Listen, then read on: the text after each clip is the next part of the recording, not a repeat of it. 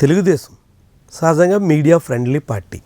మీడియాకి ఎప్పుడూ ప్రాధాన్యత ఇచ్చే ప్రయత్నం జరుగుతూ ఉంటుంది. అందుకే తెలుగుదేశం పార్టీ కార్యక్రమాలంటే చాలామంది మీడియా మిత్రులకి ఆసక్తి ఉంటుంది. కానీ తీరా ఈసారి చంద్రబాబు అధికారంలోకి వచ్చిన తర్వాత మీడియాకి ప్రాధాన్యత తగ్గుతోంది అనేటువంటి వాదన బలపడుతోంది. అది జగన్మోహన్ రెడ్డిని చూసి నేర్చుకున్నారా, లేకుంటే చంద్రబాబులో అలాంటి ఆలోచన ఏమన్నా మొదలైందా అన్నదే ప్రశ్న. ఇటీవల చంద్రబాబు వివిధ కార్యక్రమాల సందర్భంలో జిల్లాల పర్యటనలకు వెళ్తున్నప్పుడు గతంలో జగన్మోహన్ రెడ్డి అనుసరించిన పద్ధతికి ఆయన పూనుకుంటున్నారు. కేవలం ప్రభుత్వానికి సంబంధించినటువంటి లేదంటే టీడీపీ అనుకూలంగా ఉన్నటువంటి మీడియా వర్గాలని మాత్రమే చంద్రబాబు కార్యక్రమాలకి ఆహ్వానిస్తున్నారు. అక్కడ వాళ్ళకి మాత్రమే విజువలైజేషన్కి అవకాశం కల్పిస్తున్నారు. మిగిలినటువంటి వాళ్ళందరికీ ప్రభుత్వ అవుట్పుట్ ఉంటుంది కాబట్టి ఆ ఫీడ్ వాడుకోండి అనేటువంటి ఉచిత సలహాతో సరిపెట్టేస్తున్నారు. కొన్ని కార్యక్రమాలకైతే కేవలం కెమెరామెన్ లేదంటే ఫోటోగ్రాఫర్ లేకుండా జర్నలిస్టు రిపోర్టర్ వచ్చి కూర్చుని రాసుకుని వెళ్ళండి అనేటువంటి రీతిలో చెప్తున్నారు. ఇది గతంలో జగన్మోహన్ రెడ్డి అనుసరించినటువంటి విధానాన్ని ఇప్పుడు చంద్రబాబు అందిపుచ్చుకున్నట్టుగా కనిపిస్తుంది. ఇది సాధారణ ఫీల్డ్లో ఉన్నటువంటి జర్నలిస్టుల అనుభవమే కాదు, తెలుగుదేశం పార్టీకి అనుకూలంగా పనిచేసినటువంటి జర్నలిస్టులకు కూడా ఈసారి టీడీపీ హయాంలో తగినంత ప్రాధాన్యత దక్కడం లేదు. ఇటీవల 2 కీలకమైనటువంటి పోస్టులు భర్తీ అయ్యాయి. అందులో ఒకటి సిపిఆర్ఓ, చీఫ్ మినిస్టర్కి సంబంధించినటువంటి పబ్లిక్ రిలేషన్ ఆఫీసర్, చీఫ్ పిఆర్ఓకి సంబంధించినటువంటి విషయంలో టీడీపీ విపక్షంలో ఉన్నప్పుడు చంద్రబాబుకి పిఆర్ఓగా చేరినటువంటి ఆలూరు రమేష్కి అవకాశం ఇచ్చారు. వాస్తవానికి ఆ చీఫ్ పిఆర్ఓ పోస్ట్ కోసం చాలామందే పోటీ పడ్డారు. వాళ్ళందరినీ కాదని ఆలూరు రమేష్కి అవకాశం ఇచ్చినటువంటి దాని మీద చాలామంది నిరాశ చెందారు.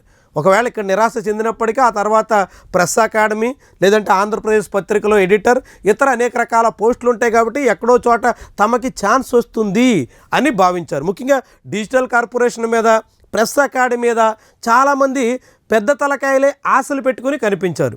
కానీ వాళ్ళందరి ఆశల్ని తుంచేస్తూ ఆలపాటి సురేష్కి ఇప్పుడు ప్రెస్ అకాడమీ చైర్మన్ గిరిని కట్టబెట్టేశారు.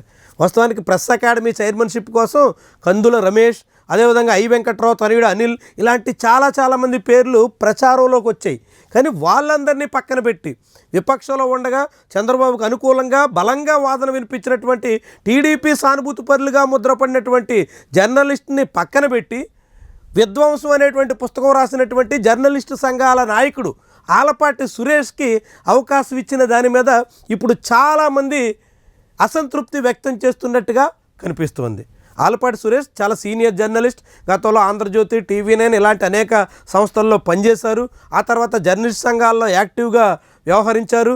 చంద్రబాబుకి అనుకూలంగా అమరావతి రాజధానికి అనేక రకాల కథనాలు రాయడంలో, పుస్తకాలు రాయడంలో ప్రధానమైనటువంటి భూమిక పోషించారు.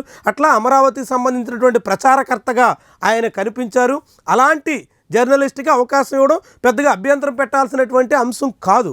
కానీ ఆయనకన్నా మించి తెలుగుదేశం పార్టీ మాదే అన్నంతగా ఓన్ చేసుకుని కృషి చేసి కష్టపడినటువంటి వాళ్ళని పక్కన పెట్టేసి ఆయనకి పిలిచి పెద్దపీట వేశారు అనేటువంటి అభిప్రాయం ఇప్పుడు చాలామందిలో వినిపిస్తుంది. మరి దీన్ని జీర్ణించుకుంటారా?